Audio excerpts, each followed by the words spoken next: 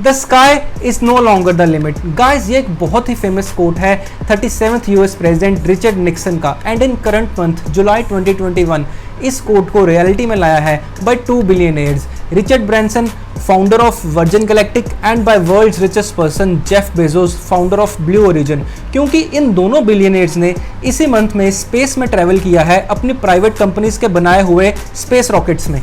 And in private space flights के बाद अब ये न्यूज़ है that from next year 2022 space tourism अब पॉसिबल होगा एंड आपको किसी स्पेशल ट्रेनिंग की भी ज़रूरत नहीं होगी स्पेस में ट्रैवल करने के लिए।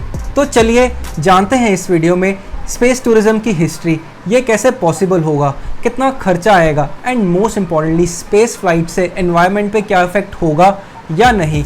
गुड इवनिंग फ्रेंड्स, मेरा नाम है जयपाल सिंह। चलिए आज की वीडियो शुरू करते हैं।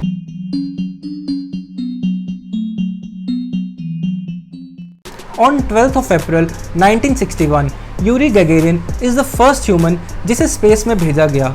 यूरी वो पहले इंसान हैं जिन्होंने अर्थ को स्पेस में से देखा एंड तब से लेकर आज तक 560 people have been to space, जिसमें ज़्यादातर ट्रेंड एस्ट्रोनॉट्स हैं जिन्होंने सालों की ट्रेनिंग करी है अपनी पहली फ्लाइट के लिए।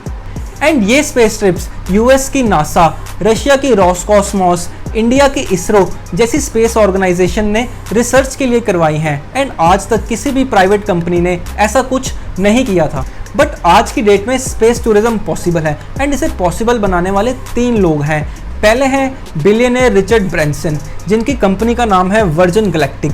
दूसरे हैं जेफ बेजोस, इनकी स्पेस टूरिज्म कंपनी का नाम है ब्लू ओरिजिन। एंड तीसरे हैं इलॉन मस्क, जिनकी स्पेस कंपनी का नाम है स्पेस एक्स। एंड जैसा कि मैंने स्टार्टिंग में बताया था कि Richard Branson and Jeff Bezos ने इसी मंथ जुलाई 2021 में स्पेस में ट्रैवल कर लिया है।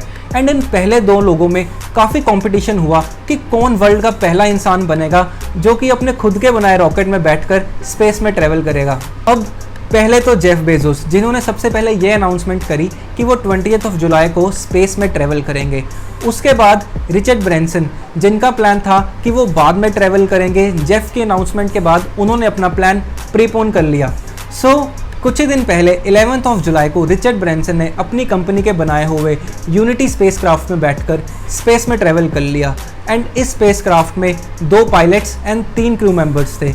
इन 3 क्रू मेंबर्स में एक इंडियन श्रीशा बंडाला भी थी, जो कि वाइस प्रेसिडेंट है government affairs and research operations at Virgin Galactic. Guys, unity spacecraft किसी रॉकेट के जैसे नहीं दिखता, बल्कि इसका डिज़ाइन एक नॉर्मल एरोप्लेन की तरह बनाया गया है, जिसमें कि एक मदर एयरक्राफ्ट है जिससे ये छोटा स्पेस प्लेन अटैच है एंड यूनिटी इसका नाम है। तो रनवे पर दोनों प्लेन साथ में उड़ते हैं क्योंकि ये दोनों प्लेन अटैच हैं। एंड अप्रॉक्सीमेटली 50,000 फीट पे जाकर यूनिटी स्पेस प्लेन डिटैच हो जाता है एंड फिर इसका इंजन स्टार्ट होता है, जो कि सुपरसोनिक स्पीड यानी स्पीड ऑफ साउंड से भी ज़्यादा फास्ट है। एंड फिर ये प्लेन स्पेस की तरफ जाता है। एंड जब हम यहाँ स्पेस में जाने की बात कर रहे हैं तो ये लोग लगभग 88 किलोमीटर ऊपर थे अर्थ की सरफेस से। इस हाइट से अगर आप विंडो से बाहर देखेंगे तो आपको ब्लैक लाइट में अर्थ का कर्वेचर दिखेगा एंड कुछ ऐसा मोमेंट होगा। इतनी हाइट पे जाकर पैसेंजर स्पेस प्लेन में वेटलेसनेस एक्सपीरियंस कर सकते हैं, बट अनफॉर्चुनेटली ये वेटलेसनेस सिर्फ 4 मिनट के लिए ही एक्सपीरियंस की जा सकती है, क्योंकि ये प्लेन सिर्फ 4 मिनट के लिए ही स्पेस में रहता है। फिर ये प्लेन नीचे आ जाता है एंड रनवे पे लैंड करता है किसी नॉर्मल प्लेन की तरह। इस पूरी जर्नी का टाइम 1 आवर है, जिसमें कि स्पेस प्लेन के डिटैच होने से लैंड होने तक सिर्फ 15 मिनट ही लगते हैं। अब इस प्राइवेट फ्लाइट के बाद बहुत से ऐसे लोग हैं जिन्हें ये लगता है कि रिचर्ड ब्रांसन पहले प्राइवेट पर्सन हैं जो कि स्पेस में गए हैं, बट ऐसा नहीं है। In 2001 Dennis Tito is the first person जिन्होंने $20 मिलियन दिए थे रशिया की स्पेस ऑर्गेनाइजेशन रोसकॉस्मोस को कि वो एस्ट्रोनॉट्स के साथ बैठकर स्पेस में जाएं। एंड उन्होंने 8 दिन बिताए थे इंटरनेशनल स्पेस स्टेशन में। गाइस, डेनिस एक अमेरिकन थे जिन्होंने पहले नासा को अप्रोच किया था, बट नासा ने उनका ऑफ़र रिजेक्ट कर दिया था। फिर उन्होंने रशिया की रोसकॉस्मोस को ऑफ़र किया एंड रशिया ने उनका ऑफ़र एक्सेप्ट कर लिया एंड अपने रशियन स्पेस रॉकेट में उन्हें स्पेस में ट्रैवल करवाया। बट वो अलग था क्योंकि वहाँ डेनिस ने एस्ट्रोनॉट्स की तरह ट्रेनिंग करी एंड फिर रॉकेट में बैठ के स्पेस में ट्रैवल किया। बट यहाँ रिचर्ड ने एक प्राइवेट स्पेस प्लेन में बैठकर कुछ ही मिनट्स के लिए स्पेस में ट्रैवल किया है एंड इसी रीज़न की वजह से बहुत से लोग ऐसे हैं जिन्हें कि ये लगता है कि रिचर्ड ब्रैंसन एक्चुअल में स्पेस में नहीं गए, क्योंकि उनकी फ़्लाइट भी बहुत कम समय की थी एंड वो सिर्फ 88 किलोमीटर्स तक ही स्पेस में गए थे। अब इस बात का जेफ बेजोस की कंपनी ब्लू ओरिजिन ने ट्विटर पे काफ़ी मजाक बनाया एंड कहा कि जो एक्चुअल में स्पेस है वो 100 kilometres above the earth surface से स्टार्ट होता है and world wide mostly scientist का भी यही मानना है कि एक्चुअल में स्पेस 100 किलोमीटर से स्टार्ट होता है, जिसे कि कार्बन लाइन भी कहते हैं। इस सब के बाद 20 जुलाई को जेफ बेजोस ने अपनी कंपनी ब्लू ओरिजिन के बनाए हुए स्पेस रॉकेट न्यू शेफर्ड में अपनी स्पेस फ्लाइट कंप्लीट करी। यहाँ इस स्पेस रॉकेट की शेप भी एक एक्चुअल रॉकेट जैसी थी एंड जेफ ने यहाँ स्पेस में 108 किलोमीटर्स ट्रेवल किया from the earth surface. Guys, new shepherd spacecraft के ऊपर एक कैप्सूल लगा हुआ है जो कि स्पेस में जाकर डिटैच हो जाता है। इसमें 6 सीट्स हैं एंड लार्जेस्ट विंडोज हैं जो कि आज तक किसी भी स्पेसक्राफ्ट में नहीं देखी गई। जेफ बेजोस के स्पेसक्राफ्ट रॉकेट पैड से लॉन्च होता है एंड 100 किलोमीटर स्पेस में जाकर कैप्सूल को डिटैच कर देता है।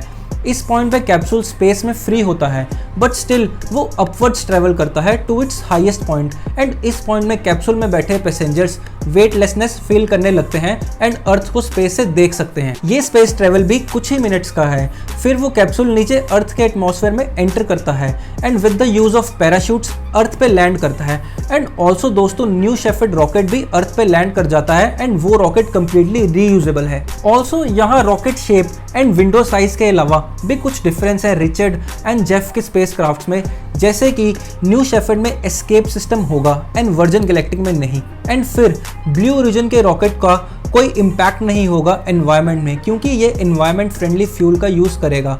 जो एग्जॉस्ट होगा वो सिर्फ पानी होगा। वर्जिन गैलेक्टिक के केस में इससे उल्टा है। यूनिटी रॉकेट से बहुत ही harmful nitrous oxide gases release हो रही हैं जो कि काफ़ी हार्मफुल है एनवायरनमेंट के लिए। एनवायरनमेंट के ऊपर इम्पैक्ट की वजह से बहुत ज़्यादा क्रिटिसिज्म मिल रहा है इन बिलियनियर्स को अपनी स्पेस फ्लाइट्स के लिए, क्योंकि बहुत कम लोग होंगे जो रॉकेट में बैठ के स्पेस में ट्रेवल कर पाएंगे, बट इससे होने वाला इम्पैक्ट सारे वर्ल्ड पर होगा। अगर हम बात करें वर्जिन गैलेक्टिक की तो इसमें पर passenger per mile normal aeroplane में रिलीज होता है 0.2 kg CO2, but unity aircraft से 12 kg कार्बन डाइऑक्साइड रिलीज होगा जो कि 60% ज़्यादा है। इसके अलावा जो नाइट्रोस ऑक्साइड रिलीज होगी वो हमारी ओजोन लेयर को डिप्लीट करेगी। ओजोन लेयर हम सबको पता है कि कितनी इंपॉर्टेंट लेयर है, हमें सन की यूवी रेज से प्रोटेक्ट करती है। एंड अगर हम बात करें ब्लू ओरिजिन के रॉकेट की तो जब ये रॉकेट अर्थ की सरफेस से लॉन्च होता है तो बहुत ज़्यादा हीट जनरेट होती है, जिसकी वजह से अर्थ की सरफेस पे बहुत ज़्यादा ओजोन आ जाती है। अब अर्थ पे ओजोन का आना एंड एटमॉस्फेयर से ओजोन का जाना है, दोनों ही केस में एनवायरनमेंट के लिए बहुत ही हार्मफुल है। अब चलिए बात करते हैं इस फ्लाइट की कॉस्ट क्या होगी। सबसे पहले अगर मैं बात करूं वर्जिन गैलेक्टिक की तो इसकी एक स्पेस फ्लाइट की कॉस्ट $250,000 होगी, जो कि अप्रॉक्सीमेटली 2 करोड़ है। इस फ्लाइट की 600 रिजर्वेशंस ऑलरेडी हो चुकी हैं नेक्स्ट ईयर के लिए, जिसमें कि popular Hollywood stars Tom Hanks, Leonardo DiCaprio जैसे स्टार्स ने एडवांस बुकिंग करा ली है। ऑल्सो यहाँ रिचर्ड ने यह भी कहा है कि इस स्पेस फ्लाइट की कॉस्ट $40,000 अप्रॉक्स 35 लाख तक भी आ सकती है जब बहुत सारे लोग इस स्पेस फ्लाइट को यूज़ करेंगे।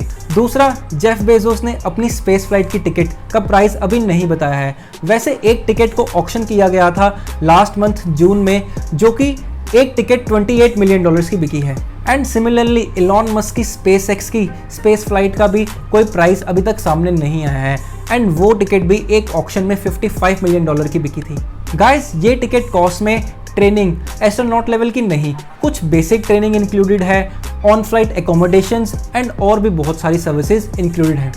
ऑल्सो यहाँ स्पेस में ट्रैवल करने में रिस्क भी काफ़ी ज़्यादा है, क्योंकि अगर हम नॉर्मल प्लेन में भी बैठें तो वहाँ भी हमें पहले इंश्योरेंस फिल करने का ऑप्शन मिलता है, बट स्पेस ट्रैवल जहाँ की एक नॉर्मल इंसान को एक्सपीरियंस भी ज़्यादा नहीं है, वहाँ रिस्क फैक्टर तो डेफिनेटली हाई रहेगा। सो गाइस, अब आपको ये तो पता लग गया कि स्पेस ट्रैवल में एनवायरनमेंट इम्पैक्ट से लेकर टिकट की कॉस्ट तक एंड रिस्क फैक्टर से लेकर अर्थ के व्यूज़ तक सब कुछ हाई एंड मैक्सिमम ही होगा। अब स्पेस ट्रैवल नॉर्मल इंसान के लिए कब तक पॉसिबल होगा ये तो कुछ पता नहीं, बट अगर होगा तो आपके क्या व्यूज़ हैं मुझे कमेंट सेक्शन में ज़रूर बताएं। आज की वीडियो के लिए इतना ही। अगर वीडियो अच्छी लगी हो तो लाइक ज़रूर करें एंड अपना सपोर्ट ज़रूर दिखाएं चैनल को सब्सक्राइब करके। मिलते हैं अगली वीडियो में, अपना ख्याल रखें, गुड बाय।